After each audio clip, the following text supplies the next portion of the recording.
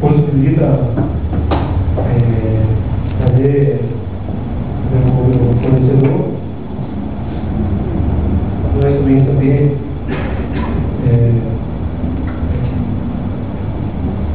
como está saindo, quantos fornecedores nós podemos ter acesso.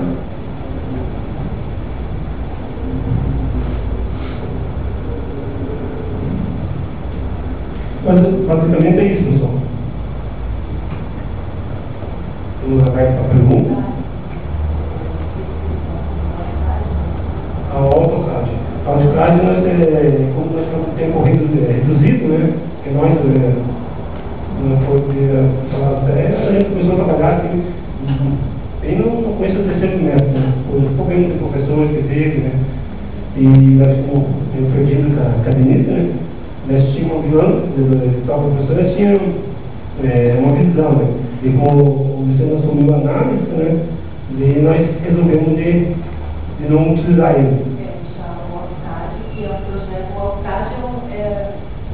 o AutoCAD é um programa tipo para você fazer o projeto mesmo de instalação elétrica, como se faz o projeto de uma construção, né? Você tem o espaço físico da empresa e esse espaço físico, toda a visualização em mais de uma dimensão facilita, né? Você pode fazer muitas modificações conseguindo visualizar melhor a empresa, os departamentos, etc. Então isso, para nós, é uma coisa a ser implementada futuramente na base desse software. E o vídeo, né?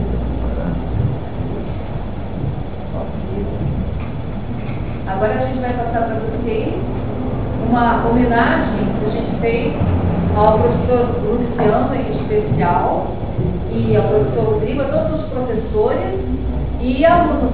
É uma lembrança que vai ficar guardada. A amizade, né? Apesar das resistências ser muito grande, isso fez com que a amizade que a gente criou se tornasse, ficasse mais fortalecida.